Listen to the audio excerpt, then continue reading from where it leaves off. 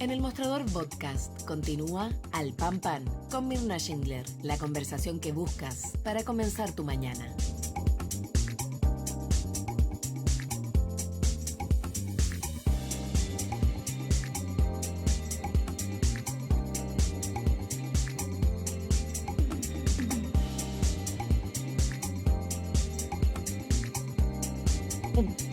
Ok, vamos.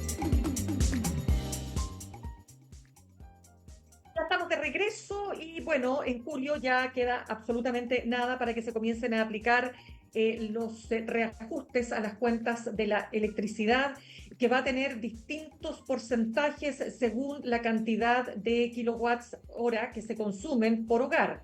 Pero esto evidentemente que es un dolor de cabeza porque tiene que enfrentarlo el actual gobierno. Ya no había nada más que hacer después de que se congelaran las tarifas en noviembre, diciembre del 2019, con ocasión del estallido social, gobierno del presidente Sebastián Piñera.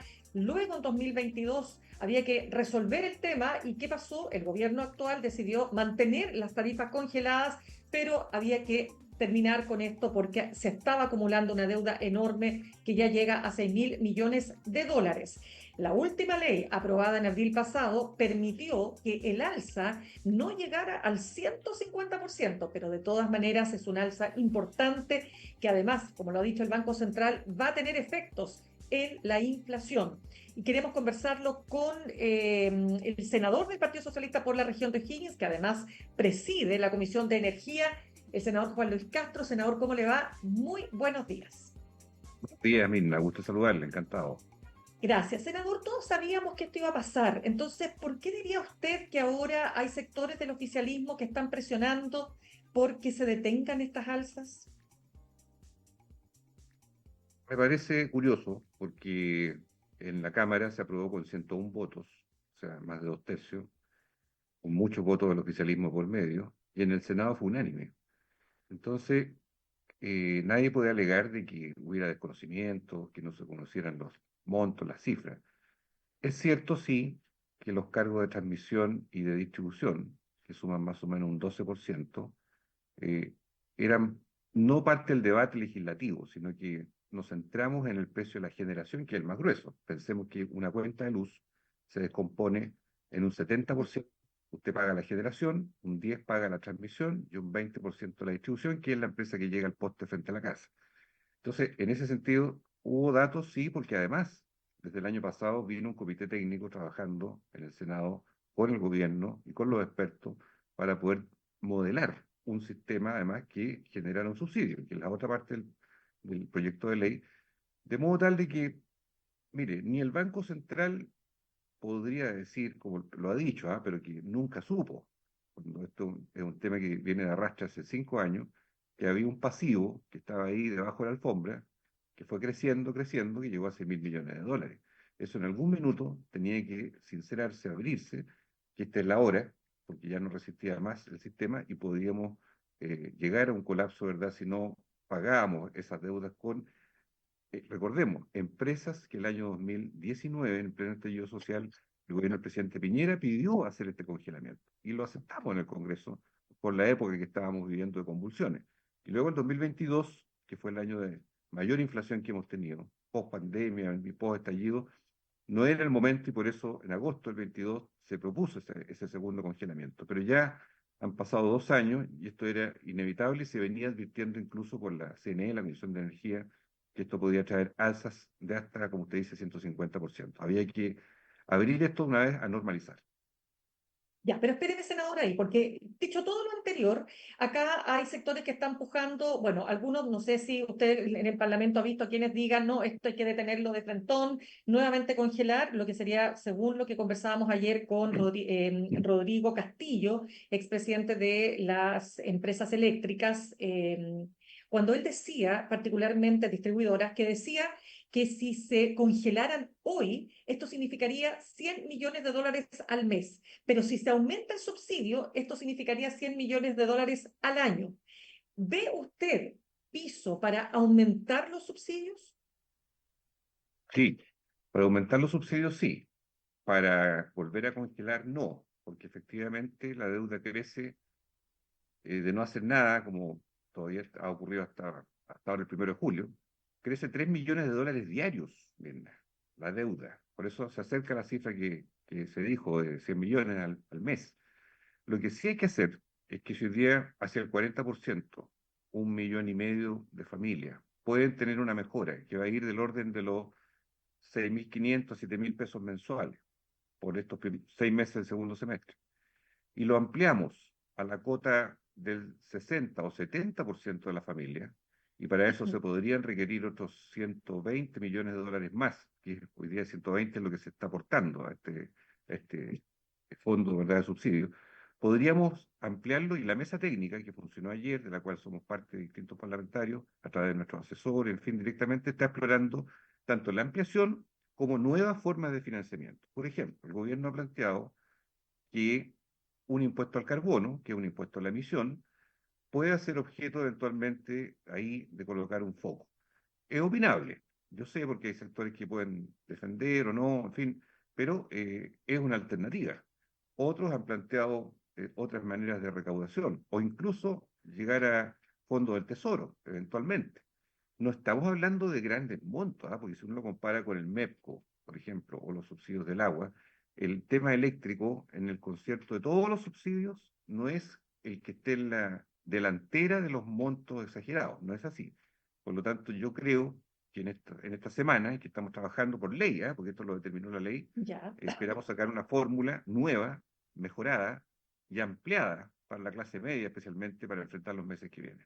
Claro, porque hay un tema ahí directamente, senador, claro, va a terminar afectando a la clase media. Tanto como conversábamos con Rodrigo Castillo, estamos hablando de aquellas familias que tienen, no sé, 6 integrantes, ¿no? Y que consumen 500 kilowatts hora más o menos, que no es una familia millonaria. Brillante económicamente, claro. No es claro, o sea, evidentemente no es una familia pobre, por cierto que no, pero hoy día sabemos cómo la electricidad está indexada al calentamiento de, qué sé yo, de las estufas, de los hornos, de las encimeras, de todo, o sea, el calentador de agua, a veces los mismos, qué sé yo, calefón a electricidad, en fin. Entonces, Exacto. y más aún, senador, y con esto termino, en un momento donde estamos enfrentando un frío tremendo en el país. Y ahí preguntarle la pregunta del millón. ¿Cuánto diría usted que esto va a impactar electoralmente al actual gobierno y sobre todo de cara a las próximas elecciones? Mire, va a depender de cómo logremos sacar durante el mes de julio y agosto las metas que nos hemos propuesto en la mesa técnica de carácter mitigatorio para morigerar las alzas que están proyectadas. ¿Cuáles son las alzas? De un 15 a un 20% el 1 de julio. Luego, en octubre, hay un segundo momento en que de ese 15 a 20 pasa a 30. No es 30 sobre 20, sino que pasa a 30. Todo esto comparado con la tarifa actual. Y el último momento es enero, que llega hasta 50 comparado con la tarifa actual. O sea, una persona que hoy día paga 30, 30.000, tarifa eléctrica, ya en el momento en que esto logre tener la última alza dura de este proceso, va a estar en 45 en enero, febrero del próximo año. Y de ahí sigue por IPC después. Entonces, claro, estos son los meses difíciles. Yo espero ni que haya afectación, no es tanto por lo electoral, sino porque es el momento duro del invierno, donde se gasta más, Claro. además, en materia de energía, transporte, todo lo demás. O sea, yo tengo la confianza, y además el ministro Marcel ayer se abrió a esa apertura. El ministro de Hacienda, que obviamente controla la billetera fiscal, primero había tenido una distancia con esto, Claro. hubo un comité político en la moneda, fue el ministro Pardo, sé que ahí se discutió esto a fondo y hubo una señal positiva, porque significa que la moneda evalúa los costos y beneficios hacia la población, evalúa todos los efectos colaterales, entre ellos lo electoral, y obviamente está tomando medidas. Me parece que son las medidas correctas. Lo que importa ahora es que esa mesa que dirige energía, de carácter técnico, acelere el proceso de ampliación. Y yo espero que el lunes 1, o sea, en 6 días más, haya mucha gente postulando. Esto es clave, porque la gente tiene que pedir el subsidio, esto es distinto de otros subsidios. Tiene que inscribirse en una página web y ahí vía Registro Social de Hogares se categoriza a esa persona. Si hay menos de 1,5 millones de personas postulando, Linda, a contar del lunes y Ya. hasta el 14, porque esto dura 2 semanas nomás, hay gente que va a decir, ve que no era tanto el problema, si postularon menos de lo que había plata para cubrir. fueron menos los que concurrieron. Raro sería. Pero si hay 3 millones, 4 millones de postulantes, yo no creo que el gobierno de Chile le niegue el acceso a un subsidio habiendo un volumen de gente acreditada que incluso traspase el 40% más vulnerable, pero que tenga necesidad. Entonces, yo creo que esto va a estar un poco en esta dinámica en este mes de julio y agosto para resolver. El subsidio se resuelve en septiembre y se paga ese mes, se paga en una cuota de 6 meses corrido. No es mes a mes en esta oportunidad. Entonces, ahí va a llegar el dinero, ¿verdad? A través de la oferta. La oferta es la cuenta que va a llegar rebajada por 6 meses, que es en parte el retroactivo de julio a septiembre y el resto hasta fin de año. Ese Ya, más o menos el César, mecanismo. perfecto, eso lo ve probable. Lo último para cerrar este tema, senador Juan Luis Castro, ¿qué le parece lo que se ha producido con el Banco Central, el ministro Pardo, que en realidad se ha ido como entendiendo que no fue una crítica directa a la gestión que hace el Banco Central, pero para dejarlo claro respecto de no haber logrado anticipar, o sea, valga la redundancia, mucho antes Sí, que lo que hizo hoy, el efecto que esto iba a tener en la inflación. Había ya elementos que estaban a la mano, ¿no? La presidenta del Banco Central en una extensa entrevista este fin de semana en el diario Pulso de La Tercera, hablaba de que eran leyes distintas, que eran procedimientos, en fin. Pero hay una crítica y quiero preguntarle cómo lo ve usted. mire, yo creo que aquí cada parte tiene un punto. Ujú. El Banco Central se afirma en algo cierto, que es que el informe final de la Comisión de Energía llegó el 23 de mayo, el informe final. Pero el ministro de Energía también tiene un punto porque resulta que la deuda, el pasivo acumulado viene del 2019, y partió en 1.350 millones de dólares como techo inicial, se desbordó cuando asumió el nuevo gobierno, no por el nuevo gobierno, sino ya venía desbordada, por eso hubo una segunda ley de congelamiento en 2022, en agosto, y hubo un informe preliminar de la CNE en octubre del año pasado. Entonces, también es como raro decir que yo nunca supe nada. No, había indicadores, incluso había expertos, por ejemplo, los expertos del Mercurio, que fueron entrevistados el 18 de marzo en el Cuerpo Económico, de Géminis y otras consultoras, que predijeron lo mismo que el Banco Central nos notificó hace 10 días atrás. Es decir, que iba a haber un impacto sobre el IPC, producto de ya, y todavía en marzo no estaba despachada la ley, ya venía un escenario complejo que iba a tener un efecto en la tarifa. O sea, mire, pero por suerte ya se cerró ese debate, ya quedó Ya. en un minuto y después ya esto se recompuso. Va a haber efecto el próximo año. ¿Por qué el próximo año? Porque es ahí donde se cierra el ciclo más complejo, más intenso de alza, y por eso el central dice, claro, en el primer trimestre, segundo trimestre, ahí vamos a ver en el IPC algún efecto, porque ese es el corolario de las alzas que empiezan gradualmente en julio próximo. Dígame una cosa, ¿ve posibilidades reales o no que en el Parlamento prospere una interpelación al ministro?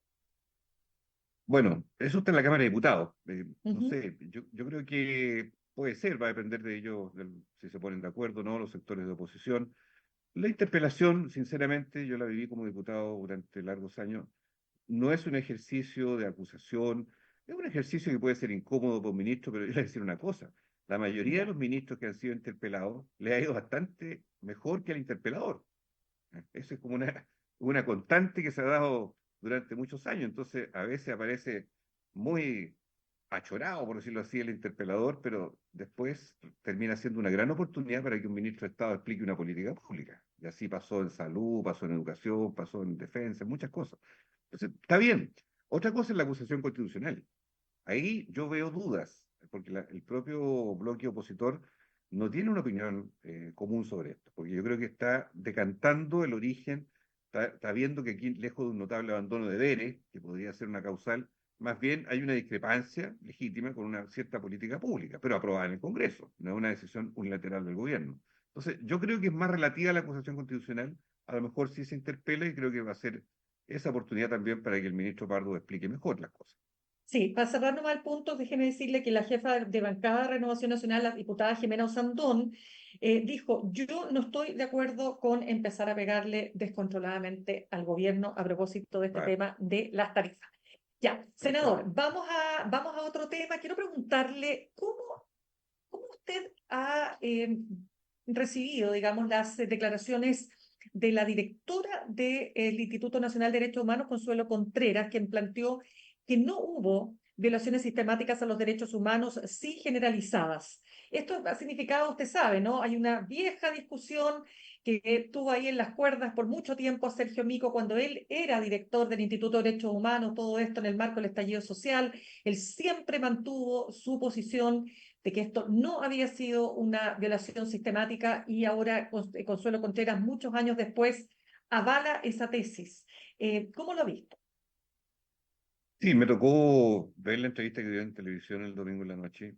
La encontré bastante sólida en su planteamiento. Y lo que ella dice avala la injusta salida y tratamiento que se le dio a Mico, que dijo anticipadamente lo mismo que hoy día se refrenda. O sea, yo sé que esto puede ser jurídicamente, pues no soy abogado, pero el carácter generalizado apunta a que no fue un caso, fue extendido, fue en regiones, fue en Santiago, fue en muchos lugares que ocurrieron las cosas que todos vivimos. Otra cosa es que hubiera una coordinación estatal para violar los derechos humanos, que creo que a esta altura nadie duda que eso jamás existió.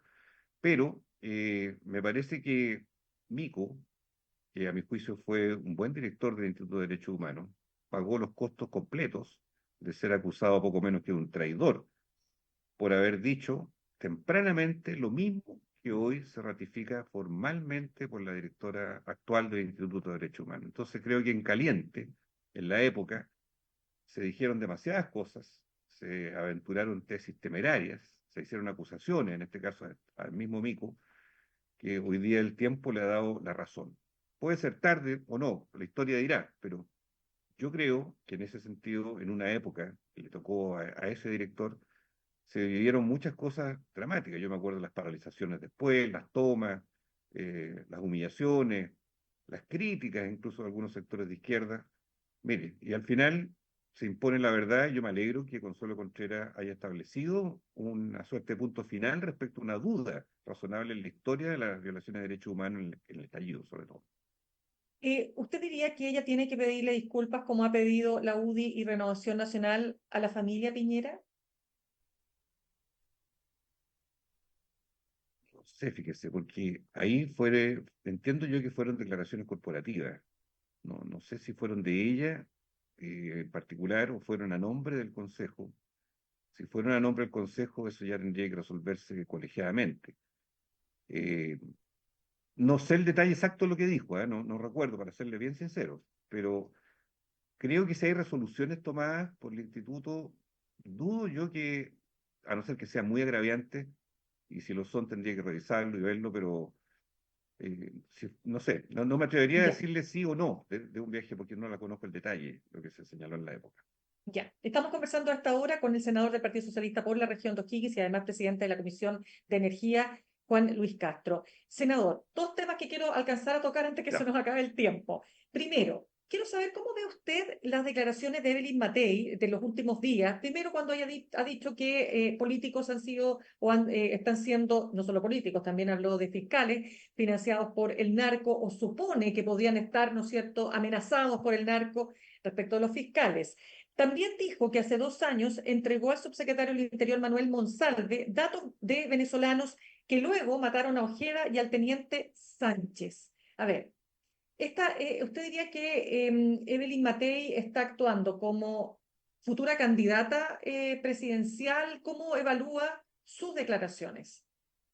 Bueno, ella es una mujer seria, ha sido parlamentaria, ministra, en fin, alcaldesa, candidata presidencial hoy día. Pero de tanto en tanto, Evelyn Matei tiene exabruptos. Eso también es parte de su propia historia política. Yo creo que en esta oportunidad, la afirmación de origen, que es que hay políticos financiados por el narco, la verdad es que tendría que entrar a probarla, porque la lanzó con mucha fuerza, pero de ahí a que hay una prueba de eso, o que ella hubiera entregado una prueba de eso, es otra cosa. Distinto es que respecto de otros casos, donde hay gente de Venezuela o narcos o bandas, ella hace 2 años haya dado datos de nombre de algunos inculpados que estaban en estudio, a lo mejor en el Ministerio del Interior, que ahí el Ministerio del Interior no sé qué va a decir, o me imagino que hoy día preguntarán por los medios de prensa, pero la primera afirmación de que hay políticos financiados, caramba, se pasó a varios pueblos. A no ser que diga, mire, aquí está el financiamiento de tal o cuales personas, o esta es la hipótesis de que inculparía a tales políticos financiados de esta manera. Claro, habló del alcalde de San Ramón, de Aguilera en su época, ya eso todos lo sabemos, y eso pasó, y se condenó, estuvo preso, que se sigue un curso.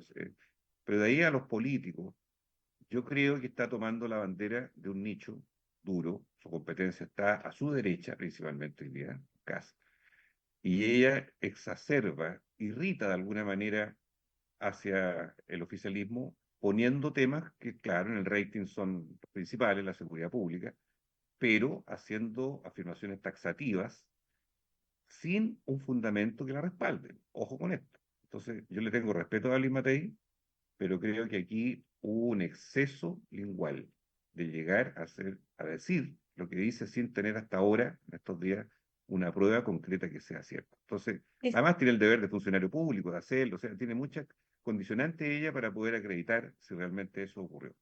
y usted diría que está presionada por la ofensiva de Kast, que ahora se une a la ofensiva del alcalde Carter de la Florida. O sea, claro, Chile va muy día con Carter, que es una situación incierta, qué camino va a tomar el alcalde, que tensiona también porque es una carta, digámoslo, el alcalde de la Florida tiene visibilidad, y republicanos, que no tiene pacto electoral definido para las municipales todavía, gobernadores, están en una pelea enorme, con muchos costos de por medio, al interior de Chile Vamos y de Chile Vamos con republicanos, y de Chile Vamos con los demócratas y los amarillos. O sea, el panorama está bien revuelto por esos lados. Entonces, ella, que es validada como la primera que va en pole position de encuesta, está haciendo un ejercicio que yo creo que le puede traer problemas porque una candidatura tiene que tener un grado de templanza para poder aunar, tiene que liderar un bloque, ¿verdad? Llegar a acuerdos con su sector. Y este desmarque hacia el extremo derecho, no sé, dificulto que eso ayude mucho. O sea, salvo en la polémica de los diarios, en la polémica del dime y direte, sí. Pero otra cosa es que esto tenga un asidero y a veces las palabras traicionan. Y en este caso, creo que se pasó a varios pueblos porque puso una afirmación, no una pregunta, una afirmación que hasta ahora no ha podido ser probada. Lo último, senador Castro, mire, no vamos a tener tiempo para desarrollarlo, pero hay una situación que nuevamente revela el sitio periodístico Ciper Chile y que muestra cómo 211 indicaciones que fueron presentadas por 3 diputados de oposición son idénticas propuestas de la gremial empresarial Zona Pesca en la discusión de la ley de pesca. Estamos hablando de los diputados Bobadilla de la UDI, Cristian Moreira de la UDI y Bernardo Berger, independiente RN. ¿Qué medidas se pueden tomar sobre esto? Porque llama la atención que después de todo lo que ha ocurrido se pueda terminar en un copy-paste a la medida de lo que plantea uno de los organismos, una de las asociaciones gremiales más importantes de la pesca en Chile, Esto parece un remember, ¿eh? De lo que vimos o años atrás. revival como quiera. Claro, claro, es una cosa bien patética que no se aprende nada, parece, en lo que es la autonomía y la independencia, en este caso, para hacer enmiendas legítimas, que uno puede estar de acuerdo o no. Pero cuando aparece tan calcado todo esto, caramba, hubo dos de los tres que retiraron su firma inmediatamente. Hubo uno que se quedó y se afirmó en que él la hizo por sus propias pistolas, por decirlo así. Pero yo creo que esto vuelve a colocar un gran manto de duda de todas las condiciones en las cuales se está legislando, sobre todo en el tráfico de influencia, sobre todo en el conflicto de interés que se presenta en estos casos. Por eso, el punto que sí rescato de Liz Matei fue el levantamiento del secreto bancario, porque esa ha sido una bandera de la oposición que nunca hasta ahora, con candidata presidencial puesta, se había accedido por la derecha, y bueno que la gente lo sepa, a abrir secreto bancario que no fuese solo por orden de un tribunal, de un juez, una causa, un proceso, qué sé yo, ya muy avanzado. Este es un punto porque la billetera, la cuenta, es lo que habla por sí solo respecto de intereses o acuerdos por debajo de la mesa cuando hay eventualmente interferencia. No digo que en este caso lo hubo, habrá que probar qué ocurrió, pero el síntoma visible es que aquí hubo un grado de convergencia, curiosamente en las mismas indicaciones que la gremial o la empresa, ¿verdad?, que los diputados habían hecho. Y en el mismo tema que ha sido tema años de años, desde la época de Longueira, ¿verdad? Por la famosa ley de pesca pringada, digámoslo así, de esa época que hoy día tiene que ser reformulada. ¿Le parece que el presidente está en lo correcto cuando emplaza a la oposición a señalar por qué se ha opuesto sistemáticamente a levantar el secreto bancario? Sí, yo creo que tiene toda la razón, él lo vivió como diputado y en muchas causas, en muchos procesos en los cuales se vincula a agentes políticos, este es el punto de quiebre cuando no se define por ley un mecanismo distinto que exhiba las cuentas individuales, cuentas corrientes, ¿verdad?, de los personeros que están sindicados, al menos bajo la hipótesis de tráfico de influencia que permite saber exactamente la ruta del dinero. Así que yo creo ¿Por, que este es el momento de poder hacer ese gesto y si Matei lo acepta, su coalición entenderíamos que también lo va a aceptar. ¿Por qué cree usted que ha costado tanto ese punto, senador, sobre todo en un sector que ha levantado con más fuerza, como es la centro-derecha, el tema de la seguridad? Y sabemos que el levantamiento del secreto bancario es un tema fundamental para seguir la ruta del dinero. ¿Por qué ha costado Porque, tanto? ¿Cuál es el argumento? porque yo creo que aquí la oposición, la derecha, se sitúa combatiente en todo lo que es la seguridad en las calles y muy cautelosa y muy conservadora cuando es la inteligencia económica. ¿Ah? Ojo, porque es un proyecto de ley que está en el Congreso, porque claro, finalmente, sea el mundo ilícito, sea una banda narcotraficante o sea un actor de la política, un alcalde, un parlamentario, en fin, es muy distinto el nivel de involucramiento cuando se llega a saber realmente de dónde venían los dineros o el patrimonio o los activos que tenía una persona a simplemente perseguir delincuentes en las calles. Es muy distinto. Y aquí estamos entrando en el área chica. Y eso, por eso creo que es clave que se abra esto y el presidente hace bien, porque él ha sido emplazado de distintas maneras y me parece que este punto, que además lo puso la candidata de la oposición y respondió que sí, bueno, el bloque ahora de la oposición debe manifestar y concretar eso, para que de verdad la ley permita que esto ocurra de una vez por todas en Chile. Ya, pues, senador Juan Luis Castro, presidente de la Comisión de Energía, senador del Partido Socialista por la región de O'Higgins, muchas gracias por haber estado con nosotros esta mañana. Hasta pronto, Muchas gracias, Mirna, que esté gusto muy bien. saludarla. Muchas Chao. gracias. Gracias. Saludamos a nuestros auspiciadores. Ahorrar cotidianamente se puede y de forma organizada, rápida y online con Ahorrando, la nueva funcionalidad de tu app Copeuch, en donde puedes programar ahorros de manera fácil y entretenida, eligiendo tus propias reglas y metas. Haz que el ahorro sea parte de tu vida con Ahorrando de Copeuch. Más información en copeuch.cl. Ya les decía que los invito a que se unan a nuestros newsletters de El Mostrador con los análisis tanto en lo económico como en lo político y en lo científico. Bien, vamos entonces a cerrar el programa de hoy. Los dejo invitados para que continúen en nuestra sintonía, juntos y revueltos, y nos reencontramos mañana a las 8 en punto. Que tengan un muy buen día. Copeuch Inversiones, el sitio donde todos pueden invertir, presentó Al Pan Pan en el Mostrador Podcast. Cerramos por hoy Al Pan Pan con Mirna Schindler. De lunes a viernes de 8 a 9 de la mañana, entrevistas para partir el día. El Mostrador Podcast, el poder de la independencia.